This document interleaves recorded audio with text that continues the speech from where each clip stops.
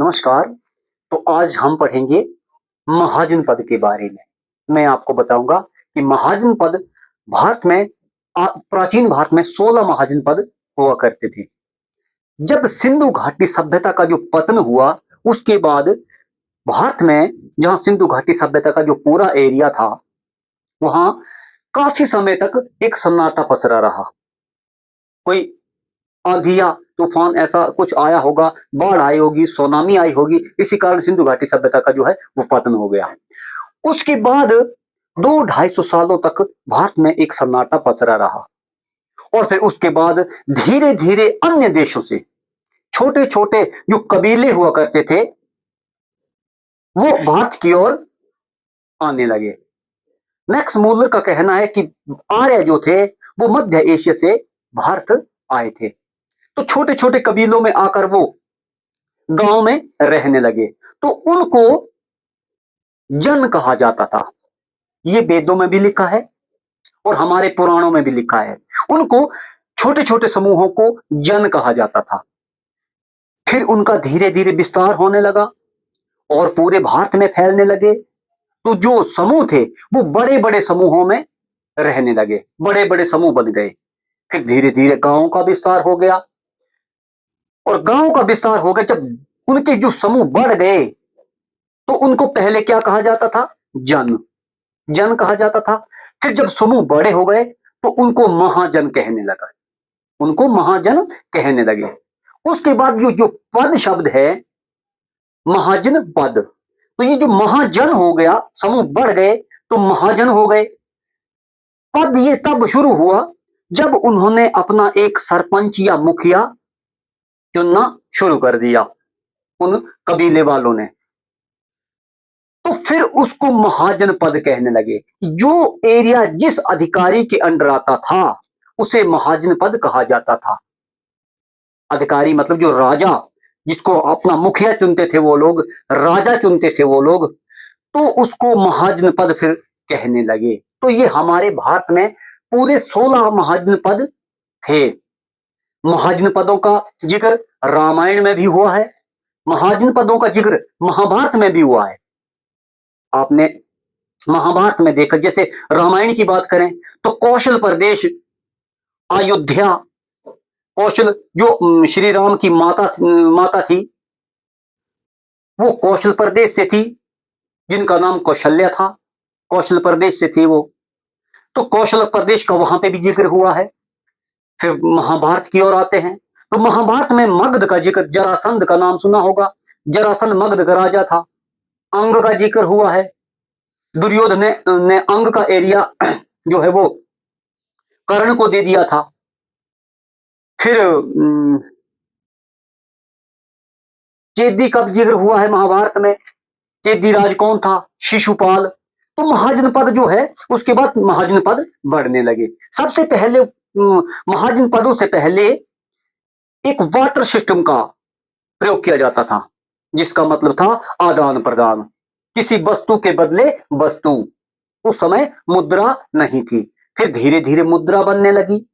लोहे का आविष्कार हुआ। उससे पहले लोहे का आविष्कार, आपको पता है सिंधु घाटी सभ्यता में लोहे का आविष्कार नहीं हुआ था, वो लोग लोहे के बारे में नहीं जानते थे। फिर लोहे का आविष्कार हुआ। तो जब लोहे का आविष्कार हुआ तो खेती में बढ़ोतरी हो गई। अब खेती खुदाई के लिए लोहे के जो इंस्ट्रूमेंट थे, उपकरण थे, वो काफी हद तक अच्छे थे।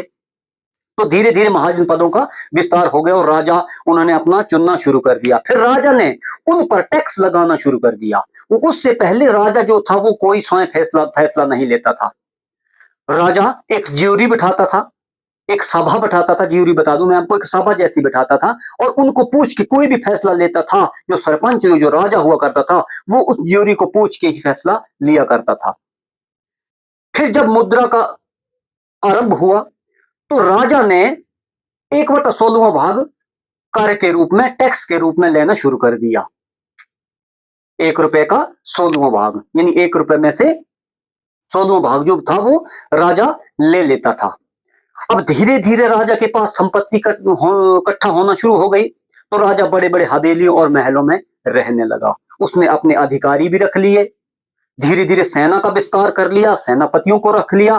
फिर उसने उस ज्योरी को बिठाना बंद कर दिया, क्योंकि उसके पास पैसा आ गया था। अब जाहिर सी बात है, किसी के पास अगर पैसा आ जाता है तो वो क्यों किसी को पूछेगा? फिर नहीं पूछेगा ना। अब राजा के पास ज्यादा पैसा होगा तो वो नहीं पूछेगा कि ये फैसला कैसे लेना है, ये फैसला कैसे करना है। वो तो वो फिर पूछने नहीं लगा। राजा यानी खुद ही फैसला लेने लगा। कोई कार्रवाई होती तो राजा खुद ही करता। तो राजा के पास सेनापति हो गए, सेना हो गई, तो वो तो इस तरह से उनका विस्तार हो गया। तो इसके बाद महाजन पद शुरू हो गए। तो मैं महाजन पद के बारे में आपको बताता हूं। जो क्वेश्चन है वो सीधा महाजन पद से ना आकर इस तरह से बनते हैं कि भाई महाजन पद जो है आधुनिक, जैसे काशी को ले लो, काशी का जो एरिया था, आज का आधुनिक एरिया कहां है? वो इस तरह के प्रश्न पूछते हैं। या जो वाराणसी है वो किस महाजनपद में पड़ती थी?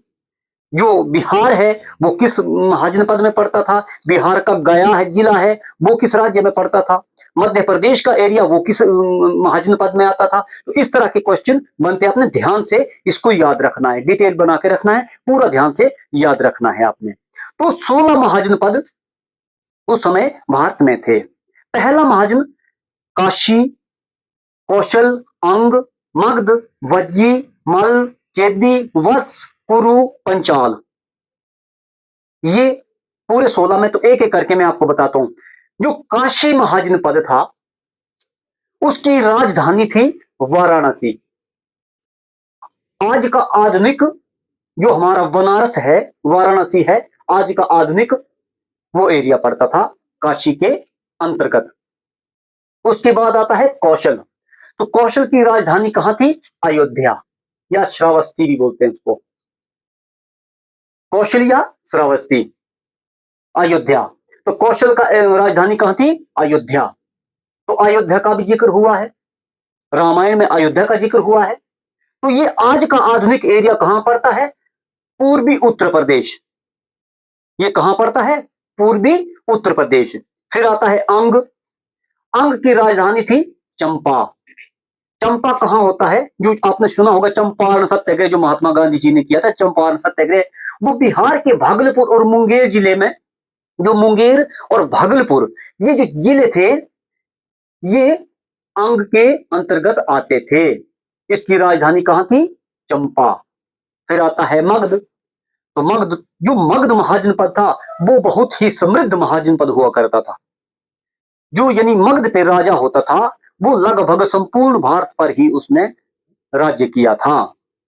तो मगध की राजधानी कहां थी? राजगिरी। वो एक बहुत समृद्ध था, कृषि में उपजाऊ था, वहां पर कई नदियां बहती है। इसी कारण जो दोआब बनते हैं, दोआब आप समझ रहे हैं ना, जो दो नदियां आती है, इस तरह से जो दो नदियां मिलती है, तो जो ये एरिया होता है इसको दोआब बोलते हैं। ये बहुत ही उपजाऊ जमीन होती है, क्योंकि नदियां अपने साथ कई पहाड़ों से मिट्टी बहा कर ले आती है और इन दोआबों पर वो कई साल के बाद वो इकट्ठा हो जाती है और वो एरिया जो है बहुत उपजाऊ होता है। ये करोड़ों सालों की जो है प्रक्रिया होती है इसमें। तो जब मैं जियोग्राफी पढ़ाऊंगा तो आपको इसके बारे में पूरा बताऊंगा, दोआब के बारे में। तो जो मगध था इसकी राजधानी कहां थी? राजगिरी या राजगीर। और आज का जो आधुनिक आधुनिक है वो था बिहार का पटना और गया जिला। आज का बिहार का पटना और गया जिला। उसके बाद आता है बज्जी। बज्जी जो है वो मिथिला और वैशाली इसकी राजधानी थी। कहां? मिथिला या वैशाली। तो आज का जो आधुनिक है ये वैशाली ही है। उसके बाद आता है मल। तो मल की राजधानी कहां थी? कुशीनगर। कुशीनगर मल की राजधानी थी। और ये आधुनिक, आज के आधुनिक वैशाली के दक्षिण में जो पड़ता है, वैशाली का जो दक्षिण भाग है वो है आज का आधुनिक, जो पहले मल महाजनपद हुआ करता था। उसके बाद आता है चेदी। चेदी की राजधानी थी शुक्तिमती। तो जो आज का एरिया है वो पड़ता है बुंदेलखंड का पूर्वी भाग। वो कौन सा एरिया है?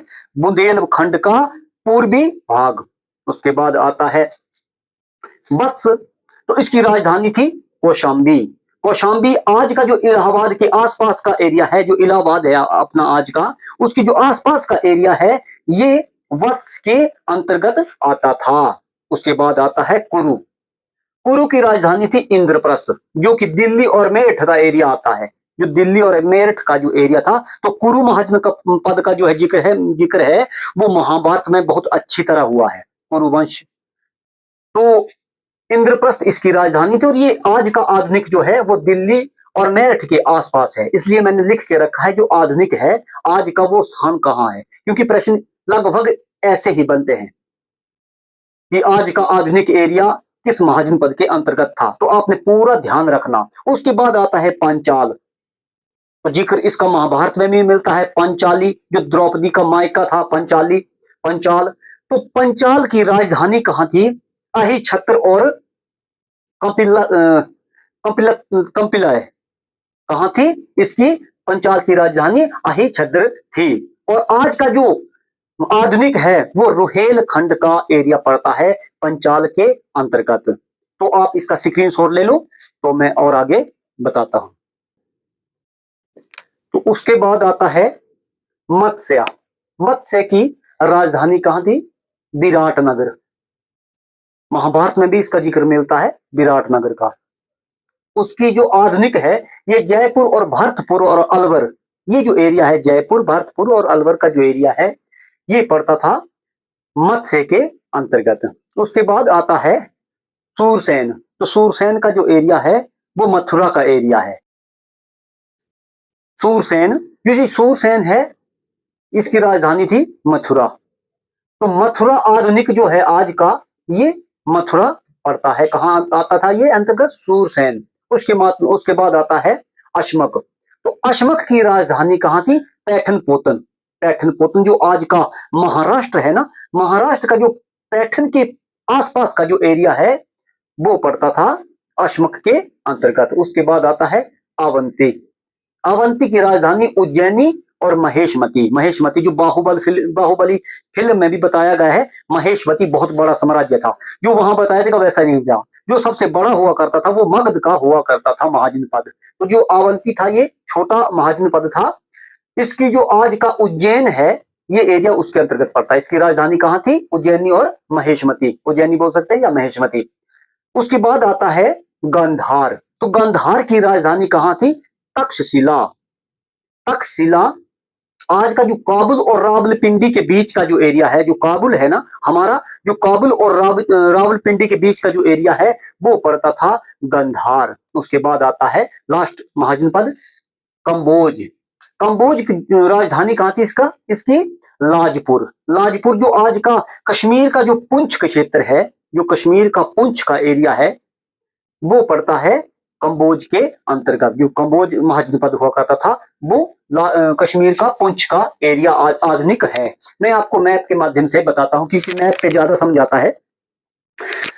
तो ये था मगध, ये मगध था, यहां था अंग। तो ये जो एरिया है ये एरिया, ये वाला एरिया ये बिहार के अंतर्गत आता था।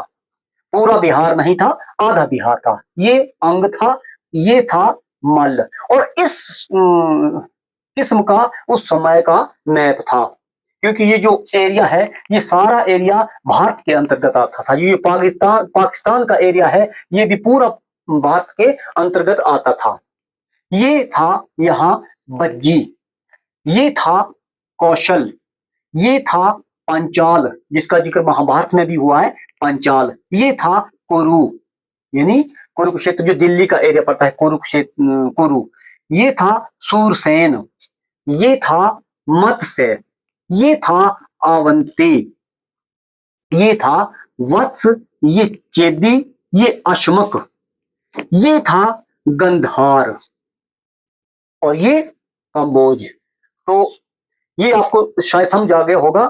तो ये थे हमारे 16 महाजनपद जिसके बारे में मैंने आपको विस्तार से बताया है। धन्यवाद।